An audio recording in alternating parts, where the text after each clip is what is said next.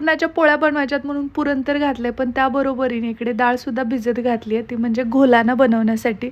आमच्या इथे ना घोलाण्याचा नैवेद्य असतो गुढीला आणि त्यासाठीच इथं चिंच, गूळ आणि त्यासोबतच त्याच्यामध्ये कडुलिंबाचा तौर, पाला आणि थोडंसं हिंग घालतात आणि ते छान मिक्स करून भिजत ठेवतात. आता कोणताही सण असू द्या, रांगोळी काढल्याशिवाय तो अपूर्णच वाटतो आणि रांगोळीवरती हळदी कुंकू नाही वाहिले तर रांगोळी अपूर्ण वाटते, नाही का? त्यानंतर इकडे पुरणाला चटका देऊन घेतला. हे जे येळूनी बाजूला काढून ठेवले त्याची मस्त कटाची आमटी बनवली. पुरणाच्या पोळ्या करायला घेतल्या, त्या झाल्याबरोबर लागलीच तळण म्हणजेच आपली भजी कुरडी ह्या गोष्टी असतातच. आणि इकडे माझी चिल्ली पिल्ली बघा किती छान खेळतायत दोघं जण.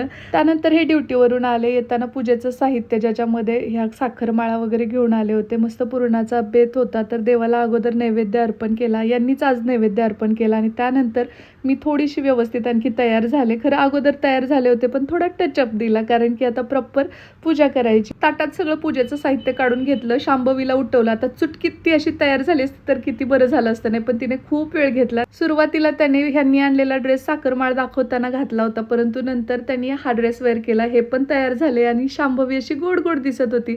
बरं तिचं इतकं बारीक निरीक्षण चाललं होतं की हे तिघं काय करतायत बरं, आणि पुढच्या वर्षी मात्र ती या सगळ्यामध्ये खूप लुडबुड करणार आहे. या वर्षी ती फक्त बघत होती आणि झोपेतून उठल्यामुळे जराशी अशी रुशुबाई होती. त्यानंतर मग आम्ही गुढी उभा केली आणि हा जो घोलाण्याचा नैवेद्य आहे तो गुढीला अर्पण केला. सहकुटुंब सर्वांनी गुढीला नमस्कार करून नूतन वर्षाची अशी गोड सुरुवात केली. सगळ्यांनी कडू प्रसाद तर खाल्ला, परंतु त्यासोबतच या साखरमाळा खाऊन मुलांनी सुद्धा खूप आनंद व्यक्त केला. जा बाबा, शांभवीला अगोदर साखरेचा हार दिला, मला नाही म्हणून श्री जरासा रुसला होता.